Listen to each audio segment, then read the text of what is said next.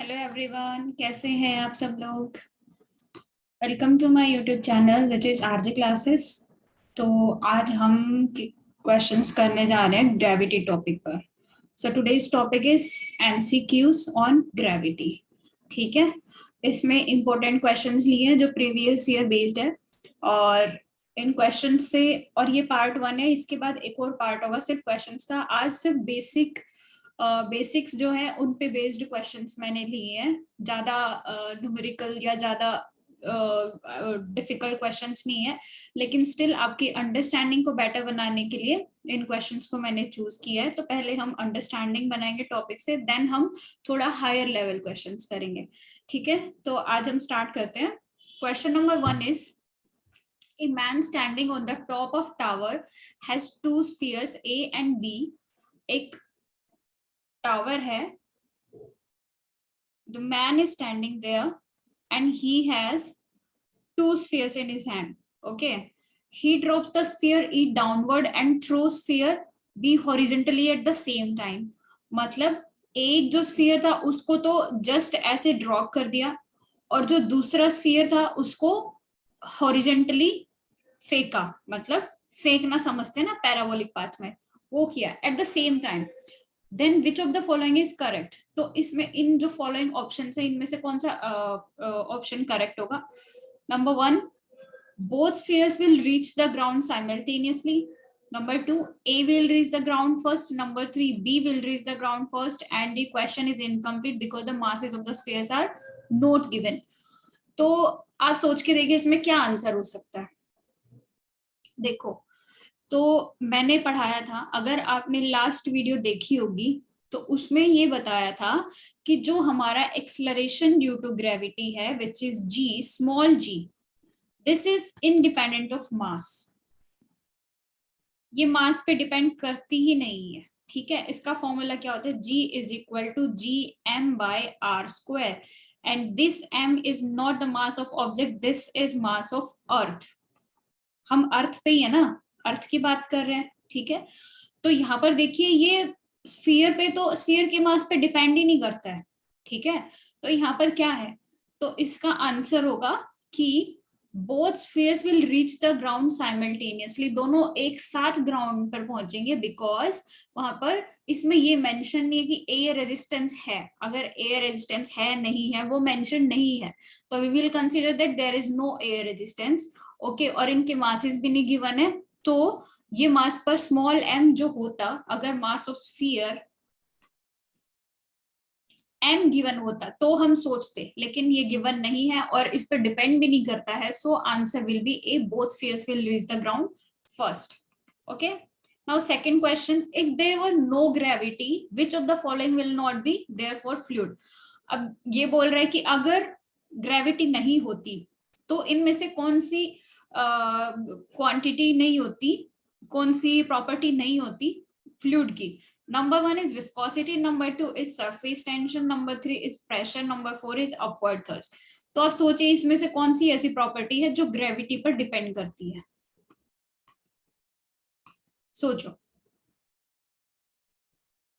Pressure करती है, surface tension करती है, या विस्कोसिटी करती है। विस्कोसिटी क्या होता है, विस्कोसिटी होता है कि कोई भी फ्लूइड अगर फ्लो कर रहा है तो उसके लेयर्स के बीच का जो फ्रिक्शन है, उसके लेयर्स के बीच के फ्रिक्शन को हम विस्कोसिटी कहते हैं। ठीक है, तो इस पे कोई भी ग्रेविटी का कॉन्सेप्ट नहीं लगा।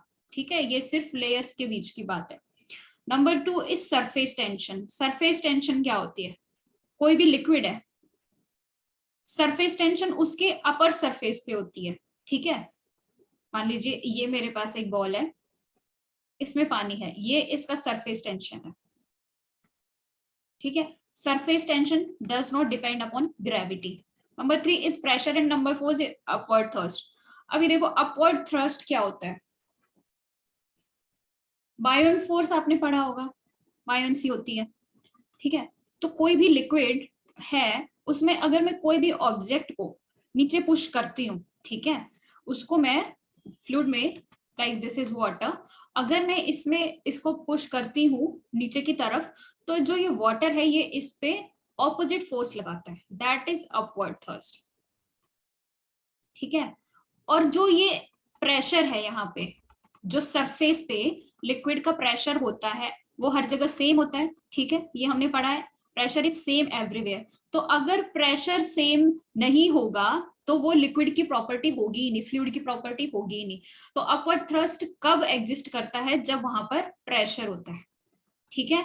तो इसका आंसर है कि अगर ग्रेविटी नहीं होती तो अपवर्ड थ्रस्ट उसके लिए पॉसिबल नहीं हो पाता, ठीक है। So answer is D. Next question is who first determined the value of capital G? This is gravitational constant, ठीक है, जो हमने यूनिवर्सल ग्रेविटेशनल लॉ से हमने फाइंड आउट किया था, कैपिटल जी। तो ये किसने फाइंड आउट किया था? Who determined that? Lord Cavendish, ठीक है। ये पूछा भी जा सकता है, नहीं भी इतना इंपॉर्टेंट नहीं है, बट फिर भी आपको जानना जरूरी है, क्योंकि इलेक्ट्रॉन, प्रोटॉन, न्यूट्रॉन इनके फाउंडर पूछ ले जाते हैं, तो शायद इसके भी पूछे जा सकते हैं, ठीक है। कुछ आइडिया नहीं है कि गवर्नमेंट जॉब के एग्जाम्स में क्या क्वेश्चन पूछ लिया जाए। Okay, next question is if the radius of the earth was shrink by 1%, its mass remaining the same, the value of g on the earth surface would be। ये बोल रहे हैं कि जो रेडियस ऑफ अर्थ है उसको 1% हमने shrink कर दिया और इसका मास सेम है, तो जी जो स्मॉल जी है उस पर कितना परसेंट फर्क पड़ेगा, वो इंक्रीज होगी या डिक्रीज होगी, by what percent it will change. तो देखो हमने पढ़ा है small G is equal to G M by R square, ठीक है। अभी R1 मान लीजिए, अब हमें दे दिया है कंडीशन कि जो रेडियस है वो 1% श्रिंक हो रही है, ठीक है।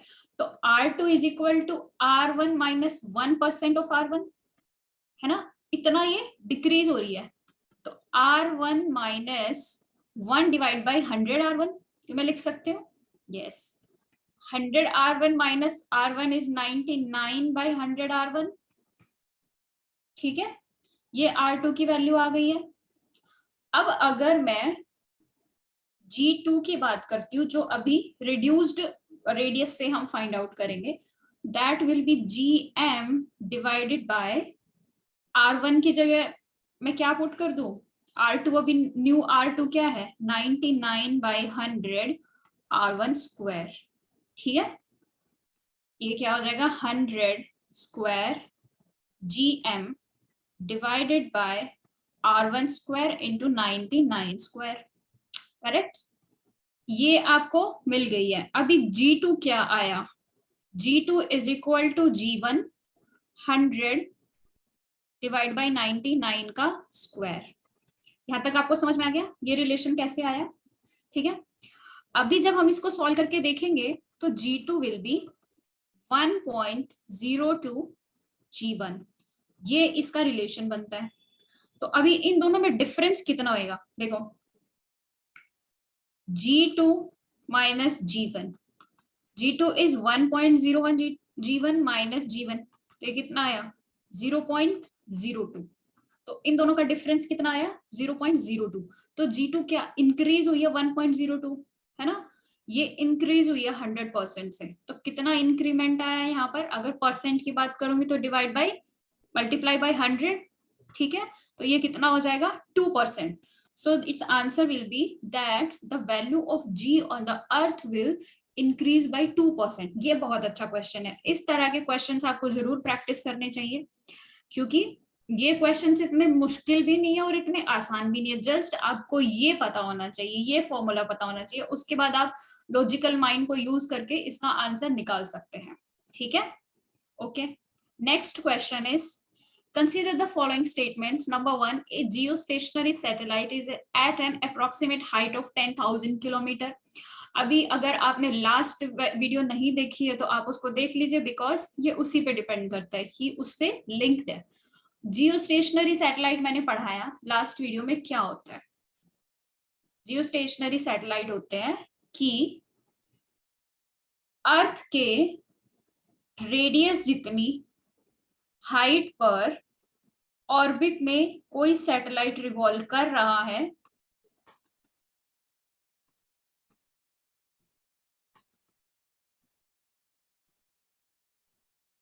ठीक है, और अर्थ के साथ ही रोटेट कर रहा है, तो अर्थ के साथ ही रिवॉल्व कर रहा है, वही उसका टाइम है, तो उस तरह की सैटेलाइट को हम जियो स्टेशनरी सैटेलाइट कहते हैं।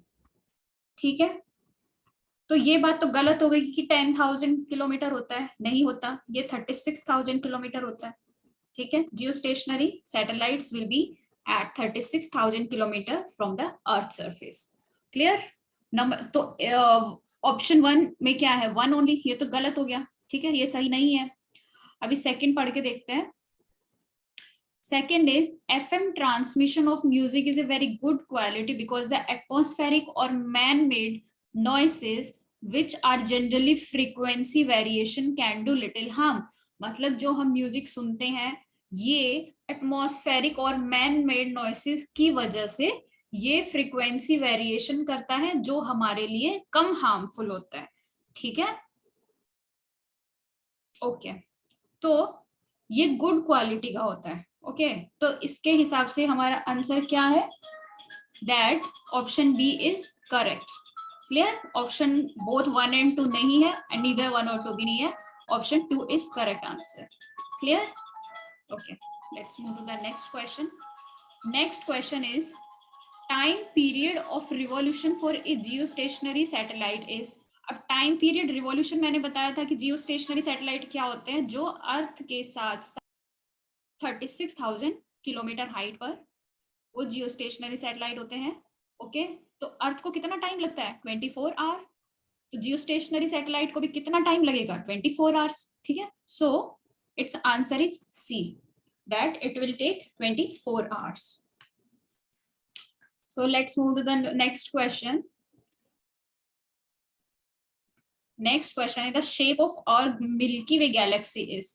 मिल्की वे गैलेक्सी की शेप कैसे होती है? मिल्की वे गैलेक्सी की शेप देखो, ये हम अज्यूम करते हैं दैट इट इज स्पाइरल, इस तरह के milky Way galaxy is in spiral shape. Question is eight which of the following place wait of an object is maximum, कि कौन सी जगह पर अर्थ के वेट सबसे ज्यादा होगा। वेट क्या होता है, mass into gravity which is mg। Okay, तो earth is in this shape, this is equator and these are poles. Okay, this is r1 and this is r2, क्योंकि ये रेडियस ज्यादा है ये रेडियस कम है, दो रेडियस है because it is in electrical form. Okay, तो r1 minus r2 difference is 21 kilometre. Equator radius में और पोल्स के रेडिएशन में रेडियस में 21 किलोमीटर का डिफरेंस है। ठीक है, तो रेडियस अभी हमने पढ़ा g is equal to G M by R square. ठीक है, जहां r कम होगी वहां ग्रेविटी ज्यादा होगा, तो कौन सी r कम है, दिस पोल्स, ये वाली r कम है। ठीक है, तो जितनी r कम है वहां g ज्यादा होगा, तो कहां पर ज्यादा होगा, weight of an object at poles. Simple, ये क्वेश्चन भी बहुत अच्छा क्वेश्चन है, बिल्कुल पूछा जा सकता है। एंड ये भी याद रखना है कि दोनों रेडियस के बीच का डिफरेंस भी 21 किलोमीटर होता है। Okay, next question is what is the value of acceleration due to gravity at the centre of earth. G की वैल्यू सेंटर ऑफ अर्थ पे कितनी होती है, ये बताइए आप, थोड़ा सा दिमाग यूज कीजिए, बिल्कुल सिंपल है। What is the value of acceleration due to gravity at the centre of earth. ए की फॉर्मूला चाहिए, g is equal to G M by R रहे हैं। ठीक है, यहाँ पर यहाँ रेडियस कितनी है, 0, r is equal to 0.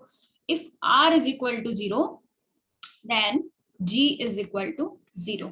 Gravity भी यहाँ पर 0 हो जाएगी। ठीक है, acceleration due to gravity at centre of earth is 0। Next question is the mass of a body measured by a physical balance in a lift at rest is found to be m। एक lift है, ये rest position पे है। ठीक है, और lift में मास m का भी कोई भी ऑब्जेक्ट है। If the lift is going up with an acceleration a, अगर लिफ्ट अपवर्ड डायरेक्शन में जा रही है, it's mass will be measured as, तो इसका मास क्या होगा। देखो, मास कभी भी चेंज नहीं होता, चाहे कुछ भी हो, ऊपर जा रही हो नीचे जा रही हो, जो ट्रू वेट है वो ट्रू वेट रहेगा। ठीक है, तो यहाँ पर क्या है, इसका answer will B m, mass will not change. Wait change होता है, मास चेंज नहीं होता। ठीक है, So mass will not change here. Okay. Next question. If an object on a free fall is certain height reaches the ground in 1 second. एक object है वो अर्थ पर फ्री फॉल है, मतलब सिर्फ उस पे acceleration due to gravity applied है, दिस जी, और ये 1 सेकेंड में पहुंच जाता है. What is its velocity on the impact with ground? अब इसकी velocity क्या होगी, मतलब जो जिस velocity के साथ ये ground को touch करेगा that is final velocity. ठीक है, वो फाइनल वेलोसिटी की वो हमें फाइंड आउट करनी है, and it's initial velocity u is 0 here. ठीक है, अभी देखिए हमें क्या निकालना है, v निकालना है. तो first equation of motion tells us that v is equal to u plus at, and here a is acceleration due to gravity, okay, and u is 0 here. So a is equal to v by t and v is equal to at. ठीक है, v is equal to a की value क्या है हमारे पास, 9.8 metre per second. ठीक, तो यहाँ पर इसका आंसर क्या हो जाएगा, 9.8 metre per second will be its answer. That its velocity on the impact with the ground will be 9.8 metre per second. Okay, next question is the weight of a body acts through the center of. कि जो wait है किसी भी body का वो centre of, मतलब मान लीजिए मेरे पास ये एक ऑब्जेक्ट है, ठीक है, तो अब यहाँ पर इस बॉडी के कौन से पार्ट पर वेट, कहाँ पर वेट एप्लीकेबल, मतलब कोई भी किसी भी तरह का फोर्स में कहाँ पर लगा पाऊंगी इस बॉडी पे, लाइक इस पार्ट पे या इस पार्ट पे या यहाँ पे या यहाँ पे, कहाँ पे. ठीक है, अब देखो जो भी बॉडी है उसका हर एक बॉडी का एक सेंटर ऑफ ग्रेविटी होता है. ठीक है, सेंटर ऑफ ग्रेविटी, तो जहां भी उसका सेंटर ऑफ ग्रेविटी होगा वहीं पर हम उस पे वेट अप्लाई कर सकते हैं, वही एक्ट करेगा, because weight is equal to mg, mass into acceleration due to gravity. ठीक है, तो weight of a body. Clear? Okay, let's move to the next question. Next question is what will happen if an object dropped from a height and there is no air resistance. अगर किसी भी object को मैंने एक height से drop किया है और वहां पर कोई एयर रेजिस्टेंस नहीं है, तो उस पर क्या फर्क पड़ेगा. Option number 1, it will fall with a constant speed and acceleration. Number 2, its acceleration will increase. Number 3, both speed and acceleration will increase. Number 4, its speed will increase. अभी आप सोच के बताइए कि क्या होगा. ठीक है, देखो मैंने पहले लास्ट जो भी लेक्चर लिया था उसमें मैंने बताया था कि एयर रेजिस्टेंस अगर नहीं होता, अगर एयर रेजिस्टेंस नहीं होता तो कोई भी चीज उसको रोक नहीं पाती. तो जी की वैल्यू तो इंक्रीज नहीं हो सकती, मतलब एक्सेलरेशन तो इंक्रीज नहीं हो सकता. ठीक है, तो ये ऑप्शन भी नहीं होगा और ये ऑप्शन भी नहीं होगा, because acceleration can not exceed from 9.8 metre per second. Okay, तो क्या इंक्रीज होगा यहाँ पर, अब एयर रेजिस्टेंस तो है नहीं, मतलब कोई हिंड्रेंस नहीं है बीच में, तो यहाँ पर जो इंक्रीज होगा वो इंक्रीज होगी speed, it's speed will increase. Okay, G will be same but speed will increase. Clear? Okay, देखो ये सारे क्वेश्चन ये जस्ट बेसिक इंफॉर्मेशन पे डिपेंड है, इसमें कोई भी डिफिकल्टी नहीं है, कुछ भी अलग से चीज मैं अप्लाई नहीं कर रही हूँ, जस्ट बेसिक कॉन्सेप्ट्स. तो आपको ये समझ में आना बहुत जरूरी है, अगर नहीं आता है तो आप मुझसे कभी भी पूछ सकते हैं. Clear? Next question is the apparent weight of a man in a lift is less than the real weight when. ये लिफ्ट का क्वेश्चन भी कराया था कि जो अपीयरेंट वेट है वो लिफ्ट में कब कम होता है रियल वेट से. सिंपल सी बात है, when lift is going down with an acceleration, अगर लिफ्ट डाउनवर्ड डायरेक्शन में है, ठीक है, lift is coming downward, then m into 1 minus a by g. True weight है, अपीयरेंट वेट वो उससे में जा रही है तो वो इंक्रीज हो जाता है m into 1 plus a by g. ठीक है, अगर अपवर्ड डायरेक्शन में है तो अपीयरेंट वेट ट्रू वेट से ज्यादा होता है, और अगर डाउनवर्ड डायरेक्शन में है तो अपीयरेंट वेट ट्रू वेट से कम हो जाता है. क्लियर? ये अगर आपको इसका और भी detail explain. So coming to the last question, who defined the law of gravitation? Simple सी बात है, लॉ ऑफ ग्रेविटेशन किसने डिफाइन किया था? That was defined by the sir Newton. Okay okay, so this was all for today. I think आपको समझ में आया होगा, और अगर आप ये क्वेश्चंस यूज करूंगी, इनको सॉल्व करवाऊंगी, जो अगर आप चाहो तो इनको बाद में भी रिवाइज कर सकते हैं और खुद से ट्राई करने की भी कोशिश कर सकते हैं. तो आज के लिए मैं यहीं पे स्टॉप करती हूँ. नेक्स्ट क्लास में हम मिलेंगे. Thank you so much.